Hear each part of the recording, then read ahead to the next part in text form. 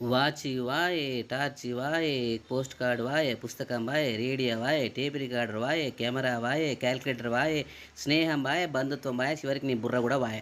అరే చివరికి సినిమా లేదు, టీవీ లేదు, నాటకం లేదు, ఆట లేదు, నా పాట లేదు, మొత్తం నాశనం. అరే ఎట్లయింది తెలుసా లాస్ట్కు?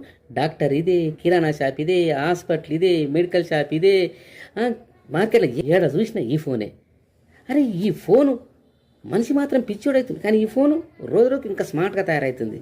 అరే ఏం పిచ్చిరా బాబు ఈ ఫోన్ పిచ్చి. జర అమ్మ నాన్నతో మాట్లాడురి, పిల్లలతో మాట్లాడురి, దోస్తులతో బాతకాన కొట్టురి. అవసరమైతేనే ఫోన్ వాడండి, కానీ అన్నిటికీ ఫోన్ వాడకండి.